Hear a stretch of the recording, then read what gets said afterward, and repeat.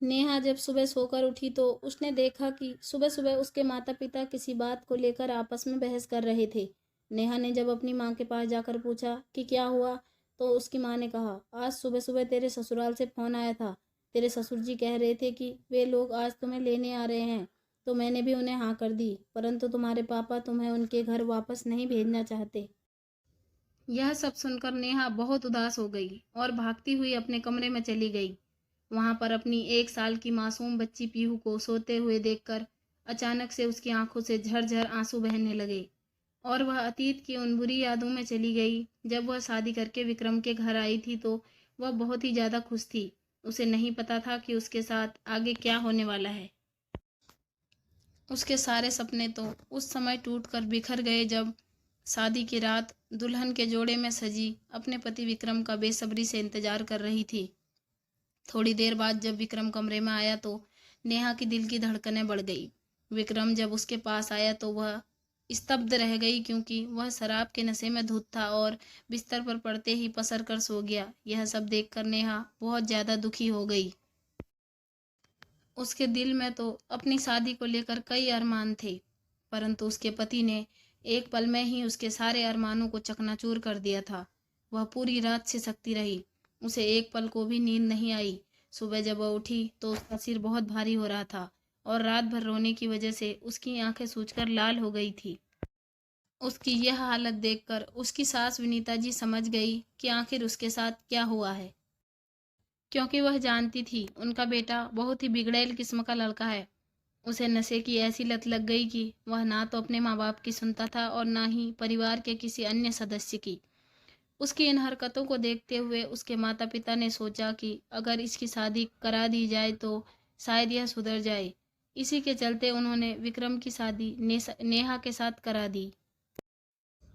विक्रम दिखने में एक सुंदर आकर्षक नौजवान था। उसे देखकर कोई भी यह अंदाजा नहीं लगा सकता था कि वह असल जिंदगी में कैसा है। और फिर वह एक अच्छे परिवार का बेटा था, जिस वजह से नेहा के माता पिता ने भी खुशी खुशी अपनी बेटी का हाथ विक्रम के हाथों में दे दिया। विनीता जी सब कुछ जानते हुए भी अनजान बनकर यह सब कुछ देखती रही। उसके मन में कहीं ना कहीं यह उम्मीद थी कि शायद विक्रम के ऊपर जिम्मेदारी आने की वजह से वह सुधर जाए। ऐसे ही समय बीतता रहा। नेहा की शादी को अब सहज सहज 1 साल होने को आ रहा था, परंतु विक्रम की आदतों में कहीं से भी कोई बदलाव नजर नहीं आ रहा था। नेहा तो जैसे तैसे अपने आंसुओं को पीकर यह सब कुछ सहन कर रही थी। इसी बीच उसे पता चलता है कि वह गर्भवती है। यह सब सोचकर पहले तो वह बहुत खुश हुई, क्योंकि किसी भी औरत के लिए माँ बनने से बड़ी कोई खुशी नहीं होती। परंतु अगले ही पल अपने पति की हरकतों का ख्याल आते ही वह सहम गई। वह सोचने लगी कि मैं तो जैसे तैसे अपनी जिंदगी काट रही हूँ, परंतु उस बच्चे का क्या भविष्य होगा जिसके पिता को दुनियादारी से कोई लेना देना ही ना हो। ना तो उसे अपने परिवार की खुशी से कोई फर्क पड़ता है और ना ही दुख से। यह सब सोचते हुए वह गहरी चिंताओं में डूब गई। यह बात जब उसके ससुराल वालों को पता चली तो सब खुशी से झूम उठे, परंतु विक्रम को तो अपने बाप बनने की बात को सुनकर जैसे कोई फर्क ही ना पड़ा हो। वह तो बस अपने दोस्तों के साथ हमेशा नशे में डूबा रहता। जो भी पैसे कमाता वह सब नशे में ही उड़ा देता था। जैसे जैसे नेहा की डिलीवरी का समय आ रहा था, वैसे वैसे उसकी चिंताएं बढ़ती जा रही थी। वह सोच रही थी कि कब तक सास ससुर के सहारे अपनी जिंदगी काटती रहेगी। उसका पति तो घर में 1 रुपया तक नहीं देता था। खैर वह कर भी क्या सकती थी। उसके साथ यह उसके पास यह सब सोचने के सिवा कोई और रास्ता ही नहीं था। देखते ही देखते वह दिन भी आ गया जब नेहा ने एक प्यारी सी बेटी को जन्म दिया। जब उसने पहली बार अपनी बेटी का चेहरा देखा तो वह खुशी से झूम उठी। उसे ऐसा लगा मानो दुनिया की सारी खुशियां भगवान ने उसकी झोली में डाल दी हों। आज वह शादी के बाद पहली बार सच्चे दिल से मुस्कुराई थी। विनीता जी भी खुश थी कि चलो इसी बहाने ही सही उनकी बहू के चेहरे पर मुस्कान तो आई। नेहा के सास ससुर बहुत खुश थे। वह पूरे गांव वालों को मिठाइयाँ बांट रहे थे कि उनके घर में लक्ष्मी जी आई हैं। परंतु विक्रम का दिल तो जैसे पत्थर का हो गया हो। उसे कोई फर्क ही नहीं पड़ रहा था। उसने ना तो कभी अपनी बेटी को प्यार से अपनी गोद में पकड़ा और ना ही अपने पिता बनने की खुशी जताई। परंतु नेहा को इस सब से कुछ खास फर्क नहीं पड़ा, क्योंकि उसे अपने पति से कुछ इसी तरह की उम्मीदें थी। नेहा के परिवार वालों ने बड़ी ही धूमधाम से उसकी बेटी का नामकरण करवाया। उसका नाम उन्होंने प्यार से पीहू रखा। पीहू के जन्म के बाद नेहा काफ़ी खुश रहने लगी थी। वह अपनी बेटी के प्यार जैसे चेहरे को देखकर अपने सारे दुखों को भूल जाती थी। ऐसे ही समय बीत रहा था। अब पीहू लगभग 6 महीने की हो गई थी। इसी बीच रक्षाबंधन का त्योहार आया।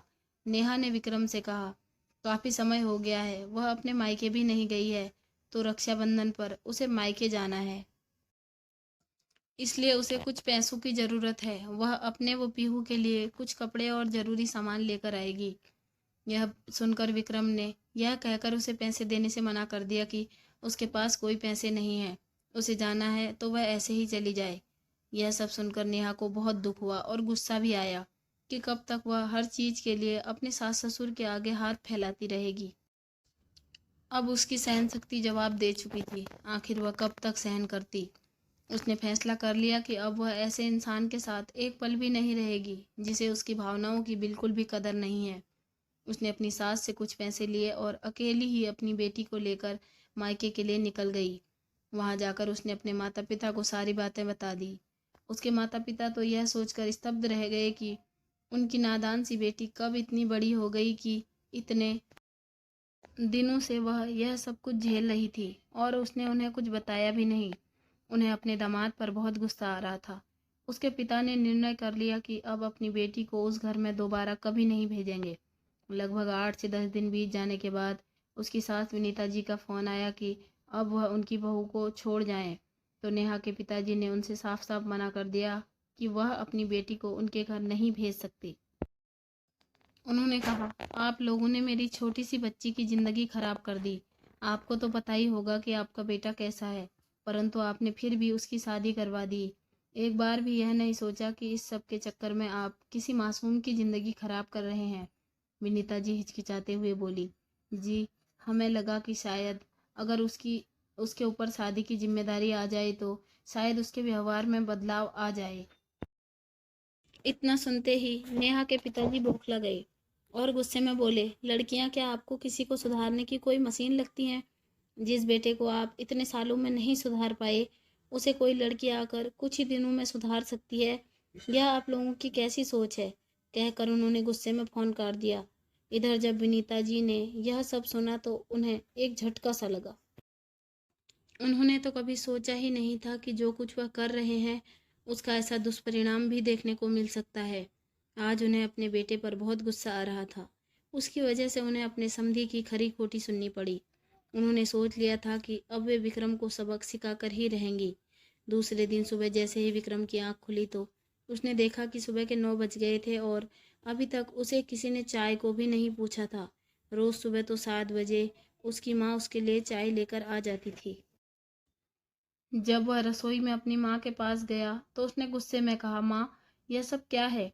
आज आपने मुझे उठाया भी नहीं और ना ही सुबह से किसी ने चाय को पूछा। उसकी माँ ने उसकी बातों को नज़रअंदाज करते हुए कहा, मैं कोई नौकरानी नहीं हूँ जो पूरा घर भी संभालूं, सुबह उठकर सबको कमरे में जा जाकर चाय भी दूं। तुम अपने लिए खुद भी चाय बना सकते हो।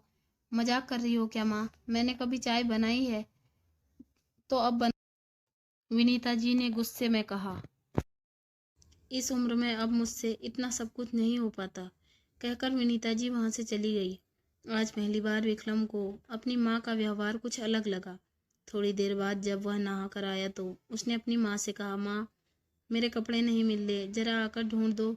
तो विनीता जी ने वहीं से जवाब दिया, मैंने कहा ना कि अपना काम खुद करने की आदत डाल लो। कब तक यूं दूसरों पर निर्भर रहोगे? इसी तरह विनीता जी ने कई बार उसे यह एहसास करवा दिया था कि एक आदमी की जिंदगी में उसकी पत्नी का क्या महत्व होता है। माता पिता किसी का भी जिंदगी भर साथ नहीं दे सकते। अब तो विक्रम को रह रहकर नेहा की याद आने लगी। उसे एहसास हो गया था कि उसने नेहा के साथ कितना गलत किया है। वह चाह रहा था कि नेहा वापस आ जाए, परंतु उसकी माँ ने उसे बताया कि नेहा के पिताजी ने साफ मना कर दिया है कि वह अपनी लड़की को वापस नहीं भेजेंगे। अब वह काफ़ी दुखी रहने लगा था। अब उसने अपनी आदतें भी बदल ली थी। वह शाम को जल्दी घर आ जाता था। उसने शराब पीना भी बंद कर दिया था। वह ना तो किसी से ज़्यादा बात करता था और ना ही ठीक से खाना खा रहा था। विनीता जी से उसका दुख देखा नहीं जा रहा था, इसलिए उन्होंने नेहा की माँ से बात की और उन्हें सारी बातें बताई। नेहा की माँ भी चाह रही थी कि बेटी का बिखरा हुआ घर दोबारा से बस जाए, इसलिए उन्होंने विनीता जी को विक्रम के साथ घर आने को कह दिया।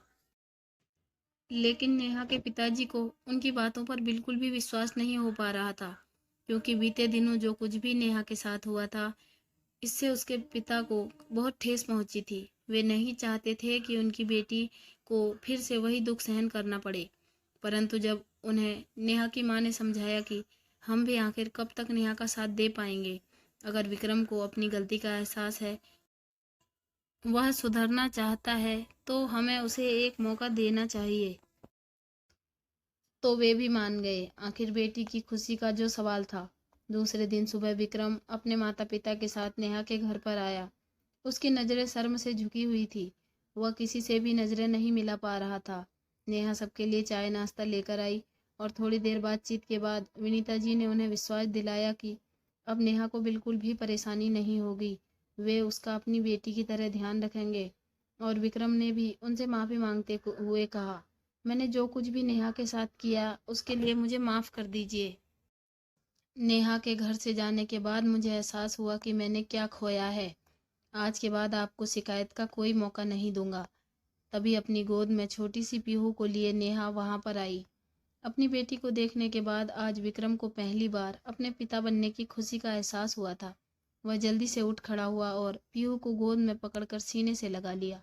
उसे ऐसा लग रहा था जैसे वह आज ही पिता बना हो। नेहा के चेहरे पर भी आज एक उम्मीद की किरण दिख रही थी। वह जल्दी से जाकर अपने वापस जाने की तैयारी करने लगी और फिर सब लोग वापस घर आ गए। घर आने के बाद नेहा उसी तरह से अपनी जिम्मेदारियां निभाने लगी जैसे वह पहले निभाया करती थी। शाम को जब वह खाना बनाने के लिए किचन में जाने लगी तो विनीता जी ने उसे रोकते हुए कहा, रुको बेटी, आज तुम इतने दिनों के बाद घर आई हो, तो आज मैं तुम्हें अपने हाथों से खाना बनाकर खिलाऊंगी। तुम जाकर अपना और पीहू का सामान अलमारी में लगा लो। नेहा कमरे में चली गई और कमरे को व्यवस्थित करने लगी। कुछ देर बाद जब खाना बन गया तो सबने साथ बैठकर खाना खाया।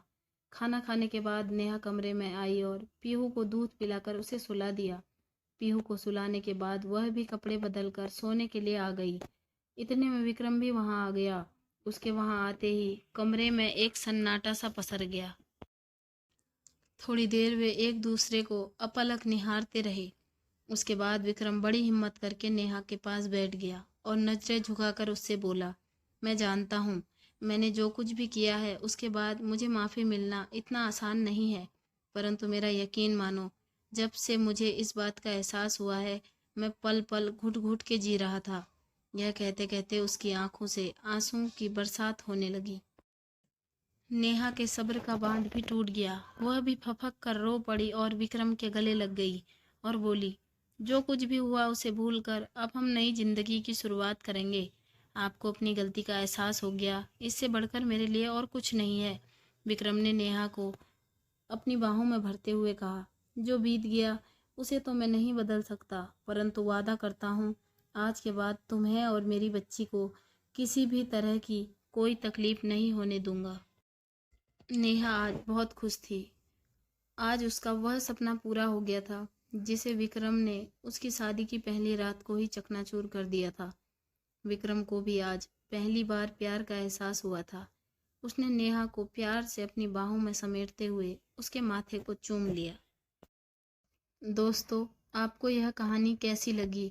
कहानी अच्छी लगी हो तो वीडियो को लाइक करें, कमेंट करें और चैनल पर पहली बार आए हैं तो प्लीज़ हमारे चैनल को सब्सक्राइब करें। धन्यवाद।